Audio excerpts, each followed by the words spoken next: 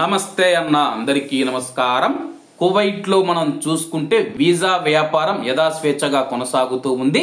స్థానిక మీడియా తెలిపిన వివరాల ప్రకారం కువైట్ దేశంలో అతిపెద్ద రెసిడెన్సీ ట్రాఫికింగ్ కేసుల్లో ఒక దానిలో పాల్గొన్న కువైట్ కంపెనీ యజమాని, అలాగే ప్రవాసులైన ఈజిప్టియన్లు, పాలస్తీన్లతో సహా అనేక మంది ప్రవాసులను public authority for manpower లోని సూపర్వైజర్ మరియు యాక్టింగ్ మేనేజర్ ను కూడా అరెస్ట్ చేశామని చెప్పేసి కువైట్ అధికారులు తెలిపారు.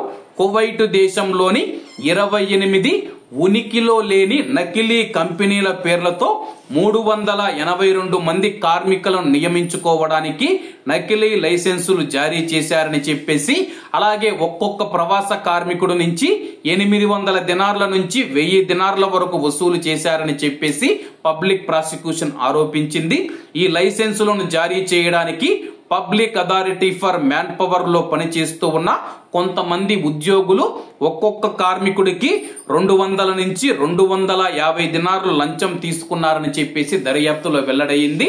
ప్రస్తుతం public authority for man power లో పనిచేస్తూ ఉన్న కొంతమంది ఉద్యోగులు ఒక్కొక్క కార్మికుడికి మనం చూసుకుంటే 200 నుంచి 250 దినార్లు లంచం తీసుకుంటే, అలాగే ఆ పైన ఉన్న ఈజిప్టియన్లు కానీ, కువైటీలు కానీ, పాలస్తీన్లు కానీ, ఇతర ప్రవాసులు ఎవరైతే ఉన్నారో ఒక్కొక్క ప్రవాస కార్మికుడు నుంచి 800 దినార్ల నుంచి 1000 దినార్ల వరకు వసూలు చేశారు.